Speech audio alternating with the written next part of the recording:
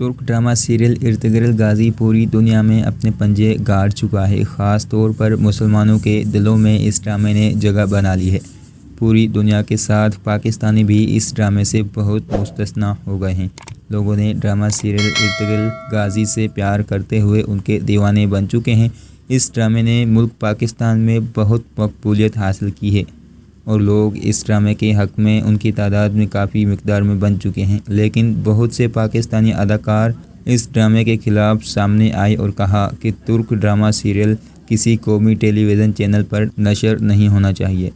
ان سب اداکاروں میں خاص طور پہ پاکستانی نامور اداکار چاند شاہد بھی انتہائی ناخوش اور غیر محفوظ دکھائی دے رہے تھے۔ دوسری جانب جب ہر کوئی ارطغرل غازی ڈرامہ اور اس کی مقبولیت کے بارے میں بات کر رہے تھے، وہیں پر ایک مقامی سندھی چینل KTN انٹرٹینمنٹ نے ایک نیا ڈرامہ سیریل راج رانی بنانے کے لیے شروعات کی ہے۔ اس ڈرامے نے بہت زیادہ لوگوں کو متاثر کیا ہے جو ترک ڈرامہ سیریل ارطغرل غازی سے ملتا جلتا ہے۔ KTN انٹرٹینمنٹ چینل نے اس ڈرامے کا ایک ٹیزر بھی اپلوڈ کر دیا ہے، جو کہ لوگوں نے اس ٹیزر کو دیکھ کر اس سے بہت متاثر ہوئے ہیں۔ لوگوں نے اس آنے والے سندھی ڈرامے راج رانی کی محنت کو خوب سراہا اور اس اقدام کی حمایت بھی کی ہے۔